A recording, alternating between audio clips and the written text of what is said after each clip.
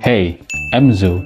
Aku adalah orang yang gak asik, aku adalah orang yang gak pandai bergaul, bahkan orang-orang ngobrol sama aku itu gak betah.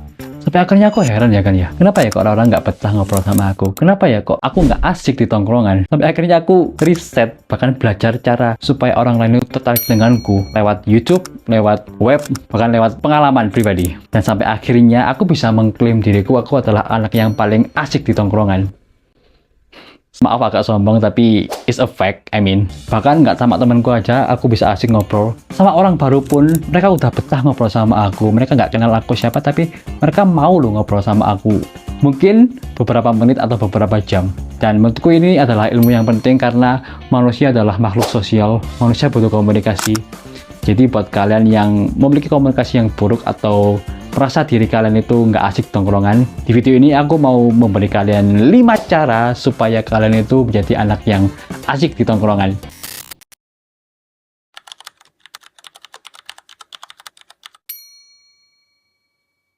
Oh iya, for your information, ini adalah pengalaman pribadiku. Ini adalah riset yang aku lakukan selama bertahun-tahun ngobrol sama ribuan orang. Jadi setelah kalian menonton video ini, aku yakin kalian bakal menjadi anak yang asik di tongkrongan.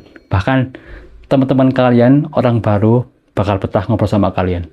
So, simak videonya sampai akhir. Please, yang pertama jadilah pendengar yang baik dan aktif.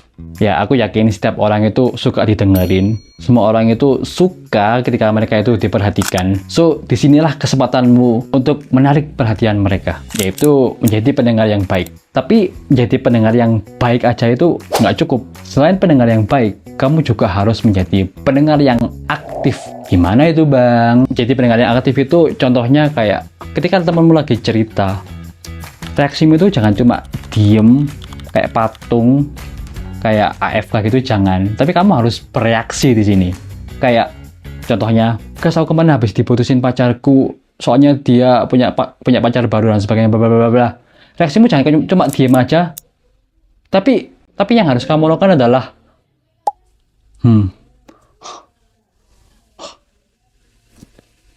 kok bisa? Hah? Bereaksi. Kayak kamu ngomong kayak gitu aja, itu udah cukup, gak usah berlebihan. Ketika kalian bereaksi atas ceritanya, mereka itu bakalan merasa didengarkan, dan aku yakin mereka bakal merasa aman saat ngobrol sama kalian. Dan disinilah percakapan panjang mulai terjadi. Yang kedua, gunakan mirroring validation. Gimana itu, Bang? Kalau kalian udah bisa menjadi pendengar yang baik dan pendengar yang aktif, sekarang kalian harus bisa belajar dengerin dan mengikuti tempo lawan bicara kalian. Setiap orang di dunia ini waktu ngomong bercerita pasti memiliki tempo yang berbeda-beda. Ada yang cepat, ada yang lambat banget, macam-macam. Dan disinilah kalian itu harus secara halus mengikuti tempo mereka. Misal teman kalian lagi cerita, jangan cepat-cepat ditanggapi, santai aja. Di sini kalian harus membangun kedekatan emosional antara kalian dan teman kalian. Yaps, dan ini disebut dengan mirroring. Dan selain mirroring, ada juga yang namanya validation. Validation itu kayak waktu teman kalian berbicara tentang hal yang menyenangkan, hal yang menyedihkan, validasi perasaan tersebut. Kayak, ya pasti capek banget ya jadi dirimu ya. Kamu kok bisa sih seceroboh itu? Atau kayak waktu bahagia, wah sumpah selamat ya, gila sih, kamu memang the best, kamu udah belajar sedemikian rupa dan kamu layak dapat kayak gini.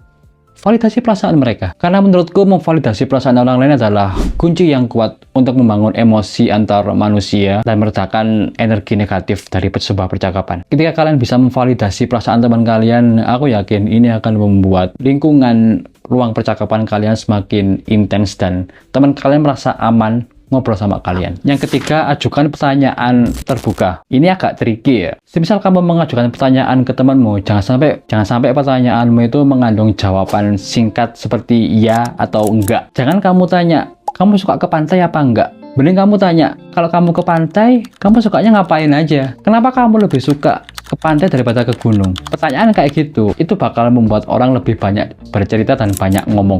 Karena pada dasarnya setiap orang itu suka ngomong banyak.